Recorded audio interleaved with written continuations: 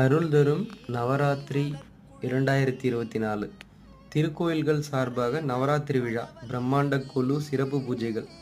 இந்த நிகழ்ச்சி எங்கே நடக்குதுன்னா, அருள்மிகு கபாலீஸ்வரர் கற்பகாம்பாள் திருமண மண்டபம், அக்ரஹாரம் தெரு, மயிலாப்பூர், சென்னை. ஸோ நம்ம சாய்பாபா கோயிலுக்கு ஆப்போசிட்டில் இருக்கிற அந்த கபாலீஸ்வரர் கற்பகாம்பாள் மண்டபத்தில் தான் நடக்குது. கடந்த 3ஆம் தேதியிலேருந்து வரப்போகிற 12ஆம் தேதி வரைக்கும் இந்த நிகழ்ச்சிகள் எல்லாமே நடக்குது.